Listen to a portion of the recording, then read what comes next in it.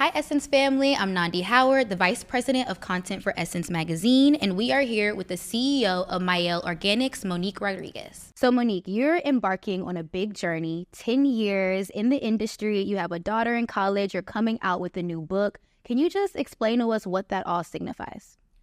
Yeah, I mean, definitely like being an entrepreneur, it is a faith walk. It's definitely a spiritual journey. Like you have your highs, your lows, and my faith is what has kept me, thus far and will continue to keep me. So when I think about celebrating 10 years, it has definitely been a blessing to build a company from my kitchen, from scratch, and, to be where I'm at today. Like it's truly been a rewarding blessing, to say the least. So when I think about 10, I think about what it really represents, and it signifies completion when you think about biblically, right? It signifies biblical principles, the 10 Commandments, when you think about our moral character and our guiding principles that lead us in life. And it also signifies like God's perfection of his will. And I know that what I'm doing is definitely in alignment with God's purpose for me and his will. Because I know where Myel started, and I know what it was grounded in, and I know the spiritual walk and the journey that I have been on. So, to celebrate 10 years, I'm just truly thankful to be here. One thing we don't hear founders do a lot is thanking their faith. Because, founders will always think like the big investments they got or something along those lines. But I feel like you and your husband are so vocal about your faith and just how that's helped you get to where you are. Absolutely, because like I talked about, Myel started from a painful place. Yeah. And in order for me to get out of that place, it took for me to go on this spiritual journey and to become closer with God. And so I know that where I'm at today, like even the big investments that we have garnered, right? Mm-hmm. Even the major retail stores that we're in, none of that would have happened if it wasn't for my faith in God. And I really strongly believe that God has orchestrated every aspect of my business today. So, that's why I'm so vocal about my faith, because I know where God has brought me from. Mm-hmm. So when you know what you've been through, you overcome by your testimony. I can only give praise and honor to God and be vocal about that in my business. What was the event that just encouraged you to launch Myel and really go full force with your brand? Yeah, so what catapulted me to start Myel was, back in 2013, mm-hmm. I went through a very tragic loss of my son when I was 8 months pregnant. Okay. And at the time I was working as a registered nurse. I worked as a nurse for 8 years before stepping out on faith and creating this brand. But, going through something that traumatic, it, really allowed me to get to know myself and go on this spiritual journey of, becoming closer with God. And, once I became closer to God, that's when literally things started to shift in my world. Mm-hmm. And I had this vision to create, Myel, and to start with just providing education to women that were trying to navigate their natural hair journey. Because as a consumer myself, I was navigating my own hair journey. Growing up, hair education was not something that was taught. We were kind of just trying to figure things out as we go along. And, I used to wear my hair super straight. I did not embrace my curls. I actually hated my curls when I was younger. My mom, she did not want to do my hair because it was very thick. It was, very curly. And she started taking me to these salons that did these blowouts that was extremely damaging to our hair. So I started going to the salons when I was about 12 years old, all the way into my late 20s. And they would take the roll brush and blow it out, mm-hmm. and then apply the flat iron that they put on top of the stove. Yep. And so it was really frying my curls. Mm-hmm. And then I had this one incident where I said I wanted to color my hair. And I tried to color my hair blonde, and then I wanted to do red within the same week. And then still allowing that blow dryer and that flat iron to touch my hair. And then my hair started to break off. So, I knew that it was something that, I needed to learn how to do my hair. I needed to learn to embrace my curls. And so that was a journey for me. And so that was the education that I wanted to provide women, because we're all trying to figure this out together, right? Mm-hmm. And now you see I have curler now, but I take better care of my hair because now I understand it. And I wanted to create a safe space where women can come together, be vulnerable, because I was very vulnerable about sharing my hair journey. And that allowed women to share their stories and to really try the products, because they saw how the products was transforming my hair. And then in turn, they started using it and it started transforming their hair as well. So it started with the educational piece, because I always say when you have a great product like Myel, it's also about the product technique. You know, of course, the products are high performing, great ingredients, but we have to use the products correctly in order to get the best results. And so I knew the goals that I wanted women to have with their hair. And so focusing on, you know, products that performed on texture hair, because texture hair it can be a journey, right? Especially if you're new to this. So, you know, having the educational component and the right products is what I wanted to serve to my community. And that was the birth of Myel. Yeah. I think that's interesting because a lot of young Black women deal with, we like put color in our hair. We try to I'll go from like a quick weave to a ponytail to whatever. And I'm like learning that you do need to give your hair a break and just really like love on it and give it the right product. So I think that's just an interesting story, because to know a founder also went through some of the things that we go through just on like a day-to-day basis, you know? Right. Yeah, absolutely. And that was the thing, like when I started the brand, I felt that as a consumer, there was no one I felt could relate to my problems. Like I was trying to figure out this curly hair. Some of my hair was straight and some of the hair was curly. And I'm using these products and I'm like, why doesn't my hair look like these people on social media, right?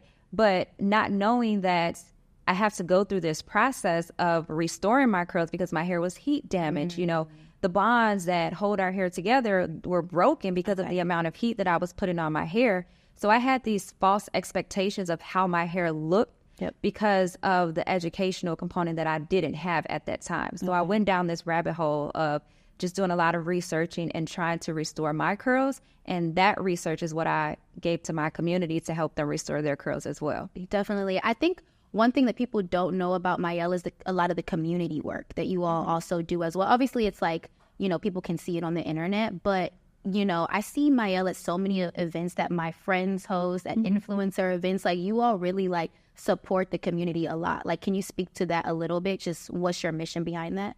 Yeah, absolutely. You know, when I started this brand back in 2014, I started it being rooted in the community. Yeah. Right. Before I even had a product, I engaged and I connected with people solely off of the fact of the education that I was providing. So that engagement allowed me to build up this trustworthy community that trusted the fact that I'm a registered nurse. I care about people, right? You know, I'm passionate about the beauty space. I'm using these products that I'm making in my kitchen. I'm also putting it on my hair and my family's hair. So I really wanted the community to know and understand and to see and feel the love and the passion that I have for creating these products. And that in turn helped to build like what you see today. Yeah. So I always tell like even aspiring entrepreneurs, like our motto is we focus on people first, then the product. And so when you take people on this journey with you, they grow with you and they feel a different level of connection and engagement. Yeah. And the community is the reason why I'm here today. And that's why, you know, I put all of my heart and soul in giving back to the community that supports me, because I feel that it's my duty to give back, you know, not to just extract dollars from the community, but to pour back into that community. And that's why, you know, as we continue to grow, we continue to do more for the community that we serve. Definitely. Yeah. I feel like if I'm at Fashion Week or just like at a beauty event or even like a beauty like meetup, I see Myel there, which I think is really cool. So let's really get into it. Let's kind of talk about your relationship with P&G. And I think what our audience wants to know and what we actually addressed in our cover story was why you sold the brand to P&G. So I think let's start there on just what made you take that leap of faith and sort of take your brand to the next level. Yeah, so when I talk about like a leap of faith, you know, this was something that I prayed on. Yeah. You know, it was always a vision and a dream of mine to build up a successful brand and to partner with a major conglomerate like a P&G. And, you know, the texture hair care space has been underrepresented for so long. And not a lot of attention to the texture hair care space. Like when you go in the aisles, we have a small aisle, right? And depending on which neighborhoods you go to, that aisle gets even smaller. It could be a shelf sometimes. It's really not even an aisle. Exactly, a shelf. So, you know, the fact of the matter is, like, I feel that with me building this company, bringing more awareness to the texture hair care space and allowing these bigger company strategics to take our space serious, right? And to get a strategic like P&G to invest and to buy into what I have built means that they truly believe in this space. Right. They believe in my leadership. They believe in my product. And quite frankly, you know, I'm not sure like what people envision, you know, this looks like on the other side, but the P&G that we work with, and even the ones that we did, you know, our partnership deal with, they look like me and you. Yeah. They have textured hair. Like, these are Black executives in high positions that are key decision makers, right? You know, to buy into a brand such as Myel and to show that they believe in us and what we're doing, serving our community and lifting our community up, and not just, you know, putting hair products out. Like, the vision is so much bigger. And so I'm just grateful that I was able to have a seat at the table, because what that does is it also shows other little Black and brown girls the opportunity of what you can possibly achieve with just having an idea, starting in your kitchen. And the whole goal is for Myel to be a global beauty brand, right? Yes, absolutely. The whole goal is to not just have a small aisle or not just have a small shelf, but to have more accessibility to the customers that we serve, because everyone that has textured hair should have access to high quality, high performing products with great ingredients. I really like how you touched on a point that there were people that look like us within the deal, right? Like, I mean, obviously there's different communities that work at P&G, right? But I think one thing I think people are used to people not like us in the boardrooms, and there might not be many, but it's good to know that it wasn't just some people that weren't a part of our community that brought you into P&G, you know? And I would say that when you say, you know, it's majority of the time we're the minority in the boardroom. Yeah. I would say on the opposite end of that table, when I was in negotiation, we were the majority. Exactly. And that's what I really want people to understand. Yeah. It's not what, you know, they may envision. You know, these are great people, smart people in these positions that are in these rooms. Yeah. Where we wasn't at one point. You know, but sometimes people are not used to seeing us in the boardroom. So I think it's them like taking that in and being like, wait, there were people that look like us that did this deal as well. Yeah. I think one thing people want to know is your day to day. Like, how actively are you involved with P&G and also Myel? Yeah, absolutely. Like, Myel is like my baby. Yeah. So, you know, first and foremost. So, and that's the thing, like, when we were at the table negotiating, that was a part of my deal for me to stay on board as the CEO, for me to stay on board in the day-to-day operation. So when I say, like, literally nothing has changed, for me, it seems like, you know, we just have access to more. We're able to do more because of the partnership, right? Like, partnering with the WNBA. Yeah, that was cool. Being the I've seen you work with Angel Reese too, right? Yeah, Angel Reese, and like all of the, you know, athlete influencers that we've been able to bring on board. Being the first texture hair care brand to partner with the Olympics. Like, we're allowed to do more. We have access to more because of the partnership. So when I tell you, like, nothing has changed, you know, I'm still running and operating the business. I'm still driving the vision forward. You know, I'm still on as CEO. My husband still operates as COO. So we still have all of our C-suite executives. So we are still operating business as usual.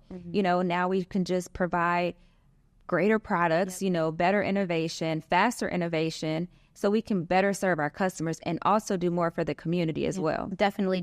I think, you know, when these big deals happen, people change their staff, they change, you know, the formulas, which we'll get into. And so from the outside in, it takes the consumer to understand that, wait a minute, we had full control over this deal, or at least some control to where a lot of things internally didn't change, you know? Right. I wanted to ask about the ingredients in the formula, because that's something that people are afraid of when a big brand does, you know, work with something like a P&G. Can you talk about the formula and how you've addressed this, how it really has not changed? Yeah, no, this is something that, you know, even from the day that we announced the partnership, you know, I was very adamant of reassuring our community that nothing will change. Formulas will change. You know, these will be the same formulas that you loved before, you know, even after the partnership, right? And the number one thing is, like, I've always been very transparent and very authentic with the community that I serve, because I'm a consumer myself. I use these products. You know, my family uses these products.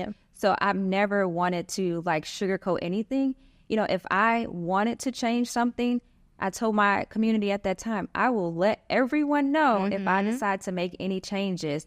And I was very honest and said, nothing will be changing. And that still stands today. Like, the same formula, you know, that we had before the partnership are the same formulas. You know, we've worked with the same manufacturer and sourcing for over 10 years, right? And before we even started and launched the brand, we were working with that manufacturer to get the brand off the ground, right?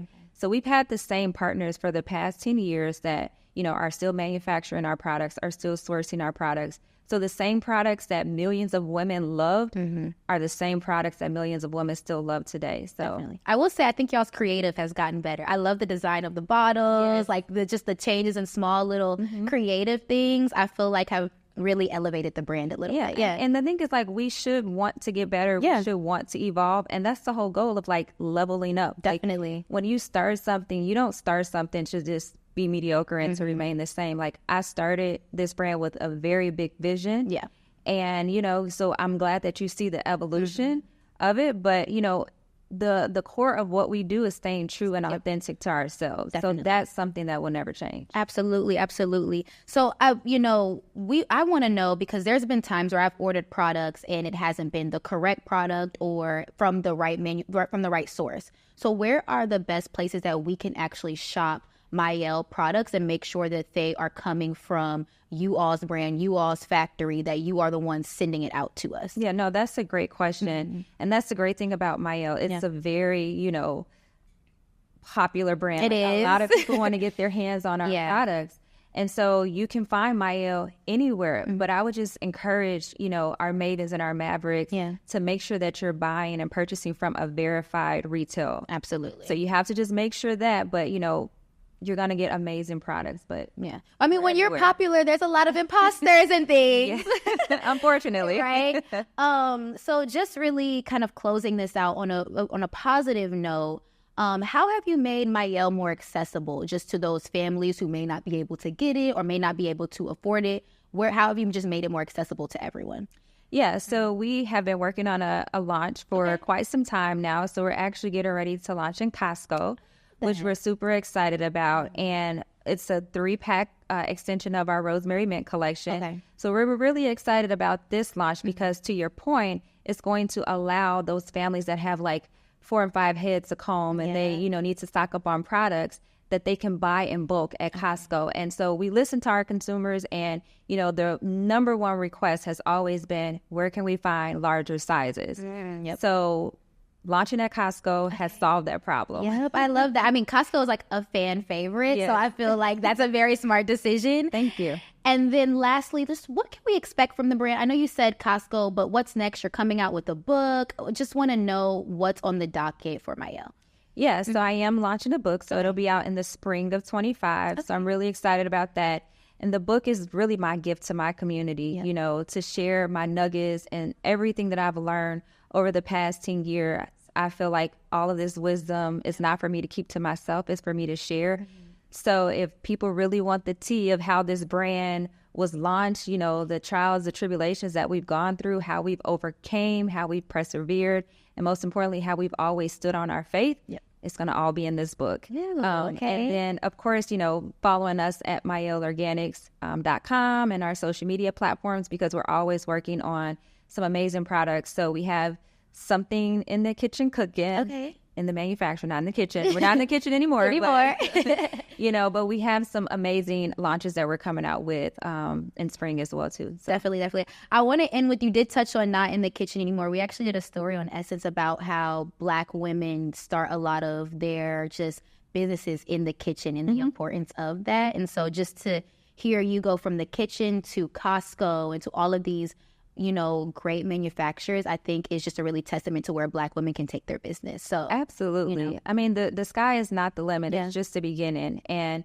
you know, when you really focus on like the possibilities and more importantly, like having more examples in leadership in positions like, you know, myself, for the next generation to see that, because we can't be what we don't see. So we have to normalize what success truly looks like in our community so we can break those generational curses and so we can truly get ahead as a community. But we have to be supportive of one another. We have to lift each other up, especially when, you know, we do successful partnerships like the one that I was able to do with P&G. We have to uplift the next, person that does a huge partnership, because that's how we continue to thrive and get ahead and pour back into the community that we serve. So Monique, I just wanted to say thank you so much for coming to the Essence office, our new content studio. One thing people don't know is last year the cover was one of our best-selling covers because you addressed your hair, the entrepreneurship, and it was just, I feel like, such a genuine story about a founder. But I just really am so excited to see where Myel goes in the 10 years that you all are celebrating, and just want to say thank you for coming to celebrate it with Essence. Thank you so much. It's been a pleasure. I appreciate it. Thank you.